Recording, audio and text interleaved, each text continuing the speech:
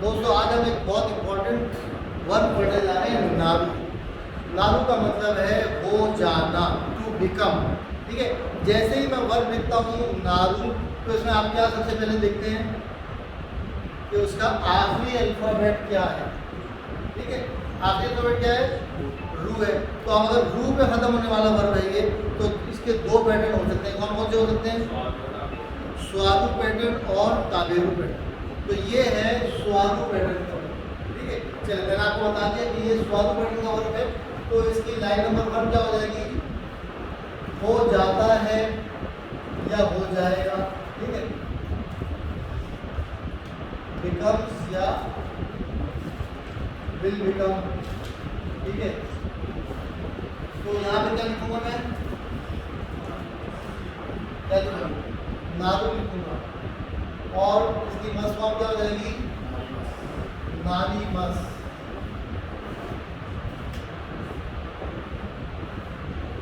ठीक है, line number 2 क्या है? नहीं होगा, डजंट बिकम या वॉन्ट बिकम।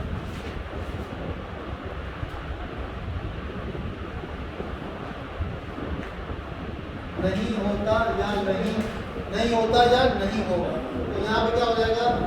स्वारू पैटर्न है तो नारू से रा हो जाएगा और नाई, नारा नाई, नहीं होगा। ठीक है, और यहाँ क्या हो जाएगा? नारी मासेन। ठीक है, हो जाओ। ठीक है, हो जाओ क्या हो जाएगा?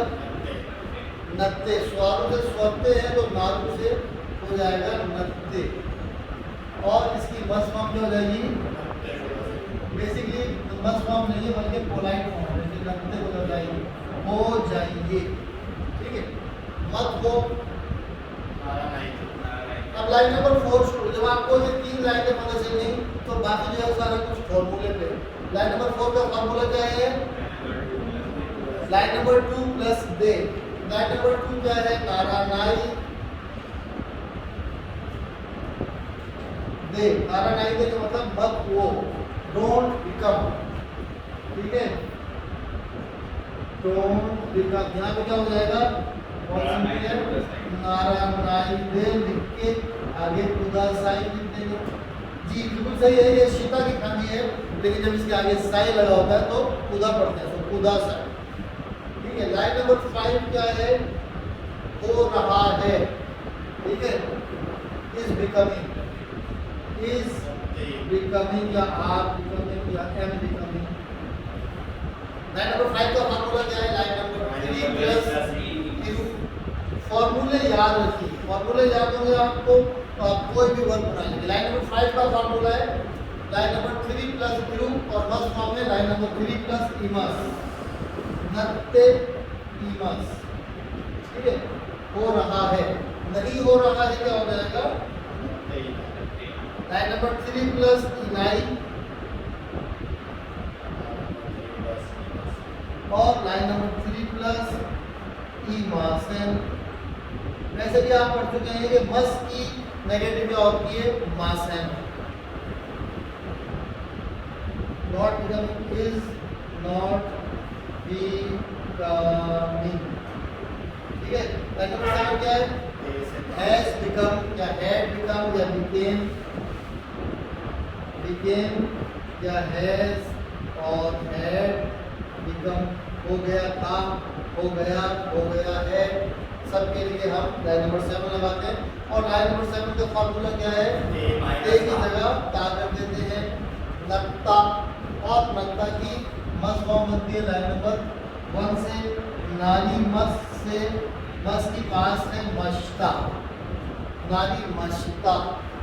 लाइन नंबर 7 क्या है? नहीं हुआ, डिड नॉट बिकम या हैड नॉट बिकम या नहीं हुआ था। तो इसका फॉर्मूला क्या है? नहीं हुआ। नारा नाई लाइन नंबर 2 में से ई हटा के कत्ता लगा देंगे। नारा नाई का ई हटा के कत्ता लगा। डिड नॉट बिकम या हैड नॉट बिकम, यहाँ पे हो जाएगा नारी मासेन देशिता। ठीक है, लाइन नंबर 9 क्या है? हो रहा तो इसका फार्मूला वही है, लाइन नंबर 3 प्लस ईटा नत्ते ईटा और मसमा कर देगी नत्ते की मश्ता, और नहीं हो रहा था, लाइन नंबर 10 है, नहीं हो रहा था तो नत्ते की नाई की जगह इनाकत्ता हो जाएगा, नहीं हो रहा था, और नत्ते की मासेन रिश्ता मश्ता की पास है मासेन रिश्ता। ठीक है, तो ये हमारा लाइन 10 लाइन होगी नारू। ठीक है, अभी नारू मैंने आपको क्यों पढ़ाया है, एक मेरे ख्याल में लेक्चर पढ़ा हुआ है लेकिन आप लोगों को प्रैक्टिस कराने के लिए ये कराया। और दूसरा हमने करना क्या है, जब एडजेक्टिव के बाद वर्ब आता है तो क्या करना है। ठीक है, एडजेक्टिव के बाद जब वर्ब आता है तो क्या करते हैं। मिसाल के तौर पे सब्जी महंगी हो गई है, सब्जी महंगी हो गई है, ये क्या है, सब्जी महंगी हो गई क्या है, बहुत तकलीफ से बात है, सब्जी महंगी हो जाती है, क्या करें।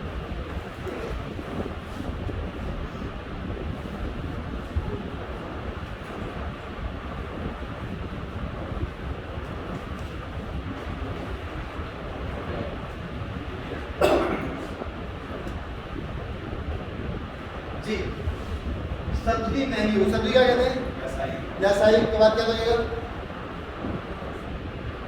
वो बहुत मुश्किल है, यासाई के बाद तकाई लगता है। सही बात, पहला फार्मूला क्या सीखा है आपने यार, क्या झक मारो, सब्जेक्ट के बाद वह आता है, सबसे पहला फार्मूला यासाई वा महंगा क्या कहते हैं, तकाई, तकाई का ई, अगर पहला जो है पहला अगर एडजेक्टिव जो है, अब क्या सब्जी महंगी हो गई है, हो गई है क्या है, वर्ब है, महंगी क्या है, एडजेक्टिव है, तो एडजेक्टिव के बाद वर्ब आ रहा है तो हम क्या करते हैं, तो हम ये पहले देखते हैं कि एडजेक्टिव कौन सा एडजेक्टिव है। तकाई जो है ई एडजेक्टिव है, अगर ई एडजेक्टिव के बाद वर्ब आ रहा हो तो हम ई हटा के कु लगाते हैं, यासाई वा तकाकु हो गई है नत्ता या नारी मश्ता, यासाई व तकाकु नारी मश्ता। ठीक है, सब्जी महंगी हो गई है। ठीक है, चलिए गोश्त सस्ता कर दीजिए, क्या हो जाएगा, गोश्त सस्ता कर दीजिए, गोश्त हो जाएगा निकू भी अच्छा, निकू ही अच्छा। ठीक है, निकू भी हम खाजी लिख देते हैं, आसान है बहुत, निकू। अब निकू के बाद क्या आएगा, सस्ता आ जाएगा जी, निकू के बाद क्या आ जाएगा, सस्ता, निकू पर सस्ता गोश्त, इस शब्द को सस्ता गोश्त चाहिए, निकू वाह, वाह कब आता है, सब्जेक्ट के बाद, यहाँ पे निकू क्या है, सब्जेक्ट है, गोश्त क्या कर रहा है, गोश्त सस्ता कर दीजिए, हाँ गोश्त क्या है, सब्जेक्ट है, सब्जेक्ट किसे कहते हैं, सब्जेक्ट किसको कहते हैं, काम करने वाले, गोश्त को काम कर रहे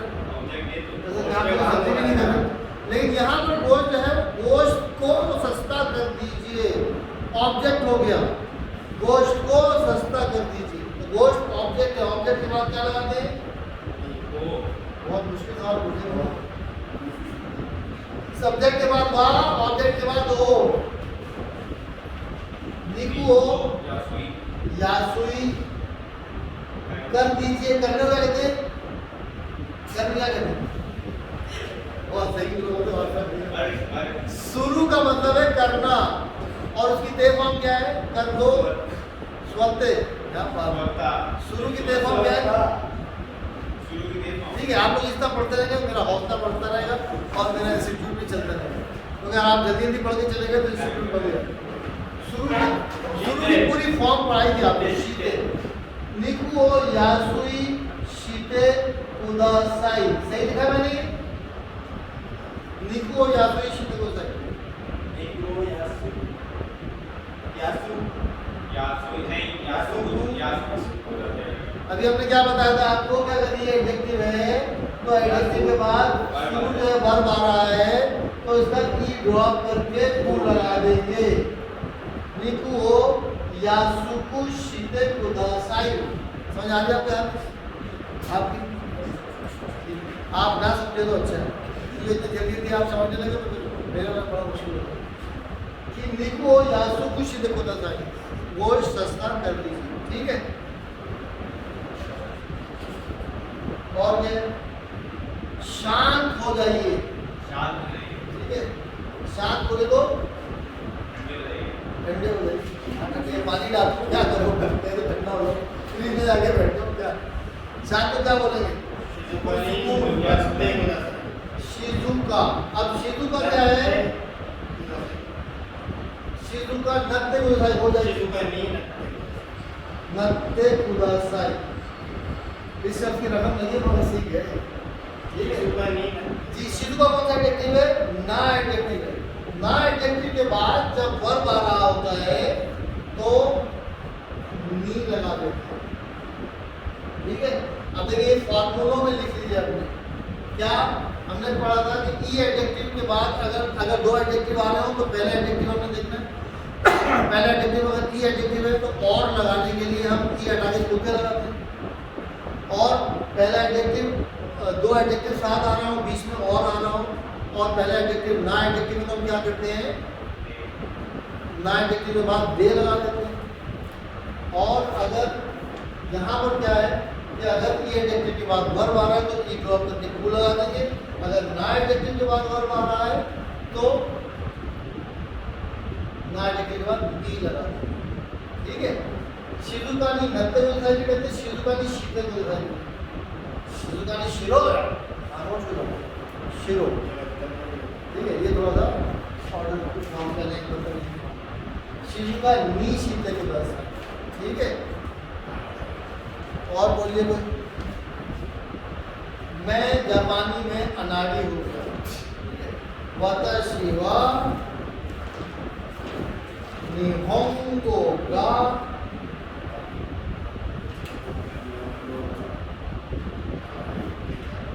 हेता भी पढ़ा आपने। हेता मतलब अनाड़ी, ठीक है।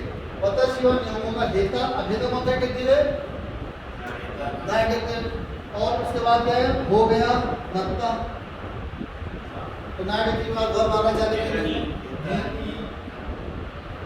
वताशी वा निहोंगो का हेता नहीं नत्ता। बात है ना? तो ये कोई भी मुश्किल चीज़ नहीं है, लेकिन ये दो नए फॉर्मूले आपके ध्यान में आना चाहिए। याद के लिए फॉर्मूला की एक अलग कॉपी बनाएं और उसमें फार्मूले लिखते चलिए, ठीक है। अब क्या फॉर्मूला है कि जब एडजेक्टिव के बाद वर्ब आए तो हमें देखना है कौन सा एडजेक्टिव है। अगर ई एडजेक्टिव के बाद वर्ब आ रहा है तो उसका ई ड्रॉप करके कु लगा देंगे। और अगर ना एडजेक्टिव के बाद वर्ब आ रहा है तो उसके बाद सिंपली मी लगा देंगे, ठीक है। चलिए इसकी प्रैक्टिस कर लीजिए। और बाकी आपको पता क्या करना है? लाइक करना है, शेयर करना है, सब्सक्राइब करना है और बेल आइकन पर क्लिक करना है। मेहनत करनी है, हसद नहीं करनी। बहुत बहुत धन्यवाद, शुक्रिया।